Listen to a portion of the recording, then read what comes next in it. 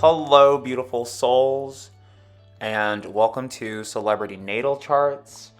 Today, we are going to be looking at the natal chart of Jake Gyllenhaal, who I'm sure has a very silly Billy middle name, as his last name is the silliest and the billiest. He was born in Los Angeles, California, United States, December 19th, 1980, at 8:08 p.m. In his birth time accuracy, it says that it is excellent. So that is nice. Jacob Benjamin Jake Gyllenhaal was born December 19th, 1980, is an American actor, the son of Stephen Gyllenhaal and screenwriter Naomi Fauner Gyllenhaal. Began acting at the age of 10. Following his first lead role in 1990's October Sky, he starred in the indie cult hit Donnie Darko, in which he played a psychologically troubled teenager alongside his older sister, actress Maggie Gyllenhaal. Wow, I forgot about Donnie Darko. I was doing this because of Brokeback Mountain. I feel like I also saw October Sky. I think it's like the movie about like them trying to send rockets into space or something.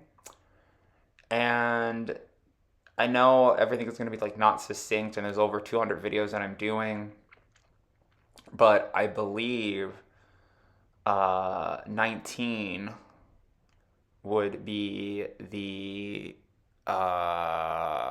Sun tarot card, and that means like very happy. It's very Leo, and he then has the rising Leo. So not in everybody's chart, but in his chart and in Billie Eilish's chart, the day that they were born also reflects their ascending. And then also, just to talk about it, I was looking on another website, and it says that Billie Eilish actually has a rising Aries and not a rising Pisces.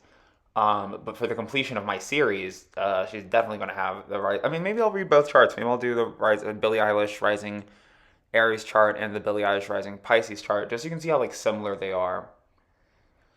And I think it's cool, like if it was like, oh, she doesn't have a rising Pisces, she actually has like a rising Sagittarius or like a rising Virgo or whatever, like something that's like completely off, then I would be kind of upset and, feel like I have to redo it or something. But that's the whole thing with astrology and knowing the nuance. Like how I always say, I'm like, astrology, it's not laser beams, it's saison, or the seasons of the month. So it's like she is this Sagittarius jambalaya, with like a big dash of Pisces, a little bit of Aries. And it's like, if you have a jambalaya that has more Pisces or more fish or more Aries or more spice than you're typically used to, it doesn't not make it jambalaya anymore. So that's how I feel about her and her natal charts. But today we're looking at Jake Benjamin Gyllenhaal, Jake Gyllenhaal, who was in Donnie Darko with his sister, and I think they made like a sequel, like Amanda or Samantha Darko or something, which doesn't matter. So let's open up a portal and talk about his first house, which is in Leo. So he started, it said, his acting career at the age of 10. I'm sure he maybe have done something before October Sky, like maybe an acting class or whatever, but it's like he looks famous. And maybe his parents got a natal chart reading done on him, or maybe they just took one look at him and they were like, "You're going to be famous." And his North Node, his ascendant, it's all in Leo. That all makes sense. But I guess with being like a child actor and looking famous and being famous, and I think his father, this father side of the family is also famous. Is mentioned his father and his accolades on the Stephen Gyllenhaal. That his second house, a Virgo, his biggest priority should be his education and his health and his well-being and getting a job and working. So what, like, for me or for you, like getting a job and working is like what, like Amazon, like getting a job and working for him is like the next movie that's gonna, get your screenwriter mother, some more money. First house in Leo. I don't know if he's ever been known. He has good hair. I don't know if he has a little gold chain on in the picture. This is the very Leo outfit. I would say a very Leo outfit would be like the Dick in the Box guys, like the white '90s R&B singers. Like Color Me Bad is very Leo for whatever reason, because I guess it's like fake at a certain extent. Um, or like anytime Justin Timberlake is with the Lonely Island. Or the Lonely is it Lonely Island or Lonely Island Boys? And did Andy Samberg create the Island Boys? I don't know. We'll find out in the next video, I guess, once I remember. But he's a second house in Virgo, meaning that his health, work, and education should be his biggest priority. It's also his cash cow. I think I do remember something about him going to like a good college or something in a something I watched before. But that's him. And then his third house, he has Libra. So he's a good actor. He has a kind of a good voice. I remember Donnie Darko, but I don't remember him like having any like legendary lines or like really serving it to anybody. I He has a good voice. He has a good voice. I don't know. But he also has Saturn and Jupiter and Pluto and Libra as well. So this does talk about limitations. So, maybe he doesn't get a lot of lines. And maybe that's very lucky for him into Jupiter, where it's like, you only have to remember a couple of lines. That's Jared. I was like, wasn't he in that My So-Called Life? But I was like, that's Jared Leto. My bad. So Pluto, Saturn, and Jupiter and Libra. So like from speaking, he garners a lot of good luck. The environment in which he grew up in was probably very peaceful and calm or balanced. Like not too aggressive, not too peaceful. Like not like, oh, Bubble Boy. Not like the bright and shiny, happy-go-lucky cult. I also feel like Justin Timberlake has Pluto in Libra in the third house, and he's a rising Leo. So there's something. I mean, his movies, Donnie Darko at least, do talk a lot about like death and kind of like dark situations. But that's him. And then his fourth house, he has Scorpio. And the fourth house in Scorpio talks about like his mother being very into like occultism and witchcraft and astrology and maybe even like Catholic or whatever it may be. And I always say Catholic because I don't really know too much about Islam, but I know that there's a difference between the Sunni and the Shiite, and one is like more into the mystical elements of their religion. So when I say Catholic, I'm talking about whatever mystical, organized religion that you might be aware of. So, that might be like Kabbalah or something. And it wouldn't be weird for a bunch of people in LA in the 80s to be into the Kabbalah. And that's his fourth house. And it sort of talks about his connection to his mother. He might be like very vengeful or spiteful against his mother. His mother might be very vengeful and spiteful against him. I think we also see, that's what I was checking for, we see the planet of Uranus in Scorpio as well. So whatever vengeful or spiteful feelings her mother might have had for him, it is also how he has been able to knock down boundaries. So, if your mother abandons you and you need to work with your dad to get back on television, uh, or maybe a friend or something the same name as your dad, uh, that maybe have been an arc at some point in his life. Yes, and then so moving right along into his fifth house. So his fifth house is the house of challenges, sexy distractions, his ego, right? Um, I don't, or do I? Um, yeah, I think that's my sixth house actually. But I was going to say, like, if you had Aries in the fifth house, it's saying that like your anger and your aggression is your obstacle. I think I just did somebody's chart. It might be Scarlett Johansson or something. And it was like, Aries, fifth house, anger, aggression. As an obstacle, like needing anger management. For like a Sagittarius fifth house with his Sun, Neptune, and Mercury in it, it's almost like you need competitive management. It's like you don't have to compete against everybody. Not everything is a competition.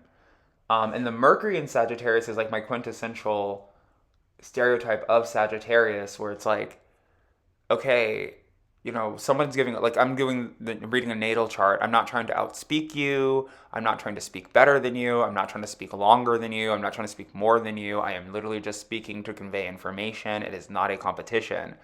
But with Jake Gyllenhaal, it's like if you're texting him and you text him like a sentence, he's going to text you a sentence. And then if you text him a paragraph, he's going to text you like two paragraphs, like it's like some weird something going on with him.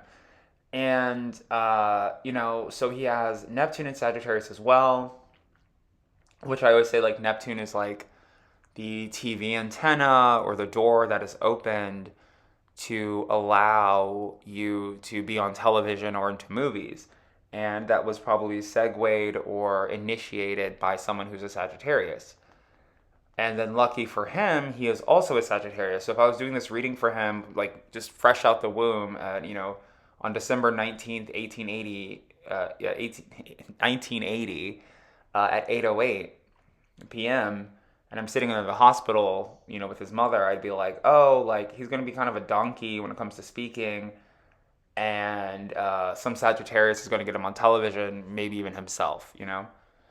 um, Yes. And then, so that's his fifth house of obstacles. And I mean, like, being an actor, like, it's all about the way you look. So if there's a time where he doesn't feel like he looks good or whatever, it might have been very difficult for him. Was very attractive, but I don't think he was ever like a looks queen. Like, I don't think anyone was like, oh yeah, this is like the sexy sex pod. It's like, oh, this is like the Pete Davidson, too skinny, possibly bipolar guy that's like a little bit attractive because the rings around his eyes. And having those like dark circular like raccoon rings around your eyes is very Sagittarian, because Sagittarius live very hard lives. They don't sleep at night. And so his sixth house. So how can he have more restful sleep? And then I was going to say, like, when it comes to the Aries fifth house, because I got a little bit of Aries in my chart, but it's what I always say. It's like, when someone's being like crazy and aggressive and arrogant, not all the time do they wake up at like 5 in the morning and be like, you know what? I'm going to be crazy aggressive and arrogant today. It's just naturally in their system. So as I'm like, oh, Sagittarius, they're too competitive. They're not like, oh, I'm going to get in a screaming match with a man on the street because he feels like he can talk more than me. Okay. It's like it's not part of a plan. It's the ego. It's like the worst part of your chart because it's the part in which you have no control. And then he has the sixth house in Capricorn. So like what is supposed to heal that for him, especially with Mars there, is to like this aggressive approach towards work. So he's like, he might be a lot like Donnie Darko. Like he might be a person that like talks to himself and is very scared and is just having a horrible time, like on this planet.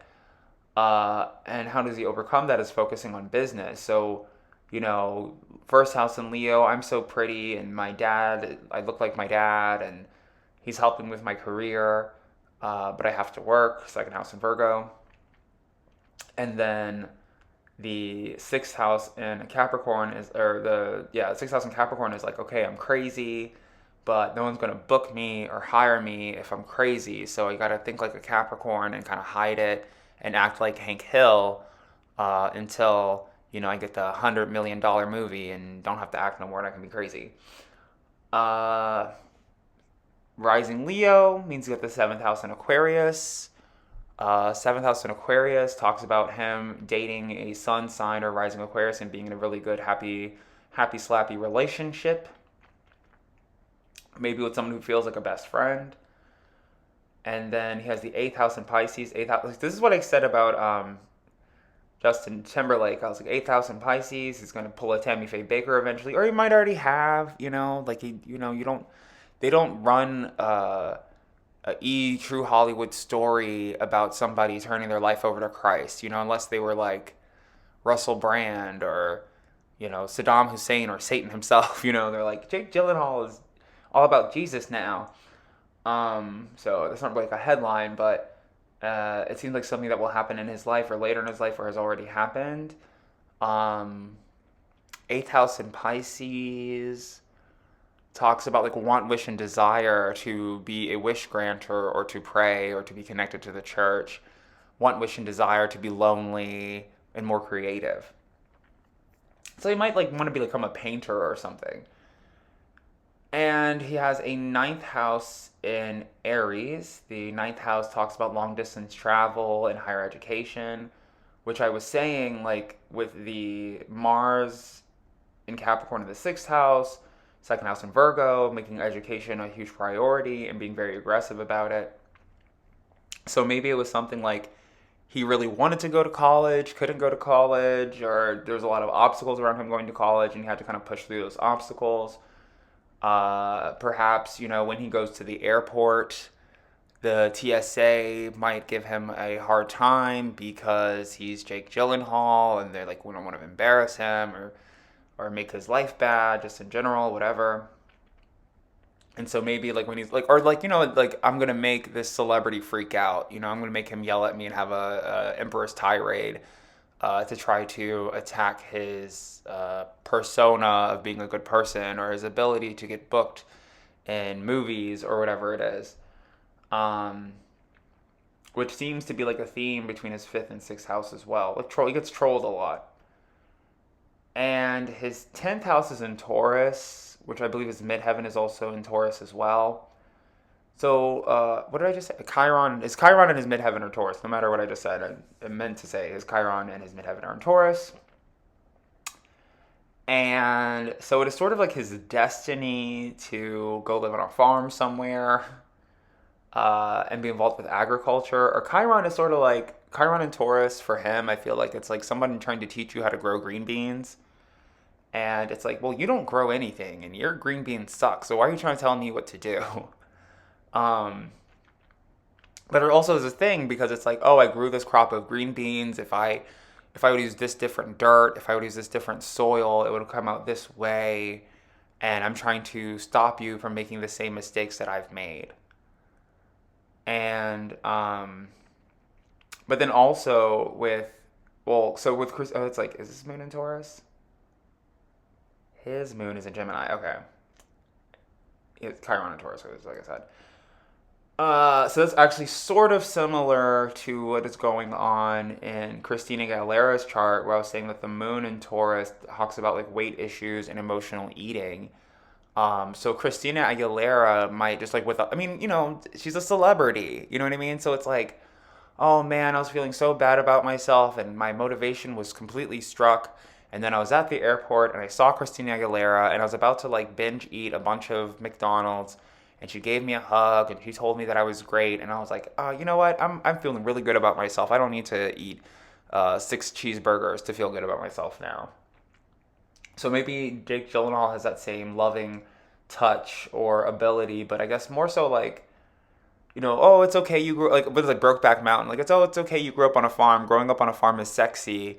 Me and Heath Ledger used to have great sexy times out on the farm, So it made like farming sexy, and it like maybe has brought some healing.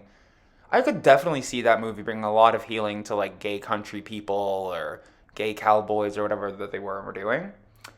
But Taurus and Gemini to me and Cancer as well, and Libra talk about weight. As I'm like, maybe it is like this sign, that's every other sign. But I'm like, Taurus is a fat person sign. Gemini is a skinny person sign. He has a moon in Gemini. But just being skinny or fat doesn't mean or have weight. You know what I mean? Like, he's a Leo. He's been famous since he's 10 years old. Moon in Gemini. So maybe he's not emotionally eating, but he could be like emotionally like binge eating and anorexia and bulimia and things like that around his weight to be the Gemini that he wants to be.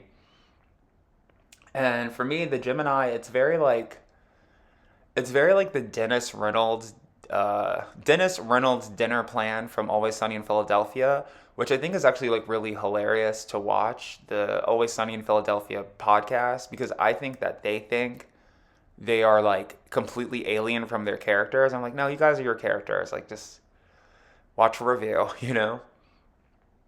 So it is like very much like the male anorexic sort of energy and having a not good relationship with food and eating and dieting. And maybe it stems from his friends and the Sagittarius. He's like, maybe he's like, I want, he gets sad. I'm like, I want to be skinnier than my friends. Well, at least I'm skinnier than him. And, it's bad. Sagittarius is bad. Um, so that's him. That's his 11th house. Probably make really good friends with Geminis because they're probably skinny. I think Muhammad Ali also has a rising Leo in the 11th house in Gemini, and it's like a lot of like little gay people around him all the time, which he probably does have a lot of gay fans. I'm a gay fan. We love the Gyllenhaal here, the Jake Benjamin Gyllenhaal, and then in his 12th house he has the sign of Cancer, which the 12th house in Cancer tells me that like his mommy makes him miserable, like his mom makes him like sad. Which it's very difficult, especially as a boy, because like no matter what your mom is going through, like if her nail is broken, you want to be able to help her. If her mailbox key is broken, you want to help her. And then any time or chance that you like, even like helping her like carry in the groceries or something, she's like, I don't need your help. Like I'm able-bodied, I got everything. Like leave me alone. And you're like, oh, I just still want to be able to help you, and it makes her miserable maybe. And also perhaps with like growing up in LA, like perhaps his mother working, being a screenwriter, maybe she wasn't like the typical mom. So seeing like June cleavers and mothers making like bento box lunches for their kids while they're going off to public school could make him miserable because he was like, I had to go to acting school or went to a private school and nannies or maids or something and not really having a mother around. But also Cancer in the 12th house is like nurses make me miserable because it reminds me of the hospital and yikes. So he's born 1980, and I did this really cool thing because I'm trying to use my brain and my memory and not Google for everything, which probably sucks for the listener to be like, oh, no, I'm not getting all the information in this video. But what I did is that I actually have a Chinese zodiac calendar with all the birth years from like what is this, like 1940 or 1930. Where does it start at? This starts at 1936 to I think like 2031. So I can tell that because he was born 1980, he was born near the monkey. And we all know about the story of the monkey. It's all I ever effing talk about. That like the rooster and the monkey and the goat like rode on the back of the dragon or on a raft, and they all used teamwork to be a part of the Jade Emperor's calendar. There's another story about like the monkey just having had done the tiger a favor, and the race had already been run, and everyone had been selected, and monkey was like, "Oh hey tiger, remember like I got that thorn out your paw, like put me on this calendar." So that's kind of like the monkey's story. And then so when it comes to him being on television, perhaps that was it. Like maybe he was just, 10 years old, you know what I mean? So there's probably other people that have been through all types of suffering and brutality and humiliation just to get about 5 minutes of fame. And then Jake Gyllenhaal's like, oh, I've been singing and tap dancing since I was 10, which might make other people jealous and miserable, which I know is also a part of the story of the monkey. And one Chinese or lunar astrology website I looked at, it was like there is no correlation between the east and western signs. They're completely different. They're completely different degrees in the sky, and there's nothing the same about them. But I've read things in other articles that do make comparisons to the east and west signs, and it has been said to me very often that monkey, you would think Leo would be closest to tiger or associated with tiger.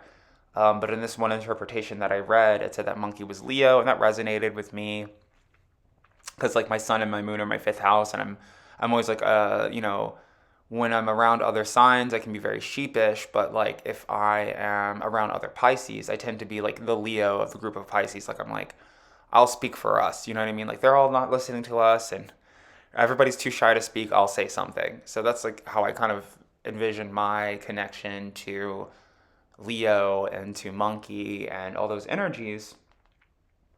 But doing like a comparison of his lunar sign, doing a comparison of his birthday and his rising sign, he's very Leo. He's born on a Leo number, a supposed Leo year, and then also I guess a Leo birth time as well.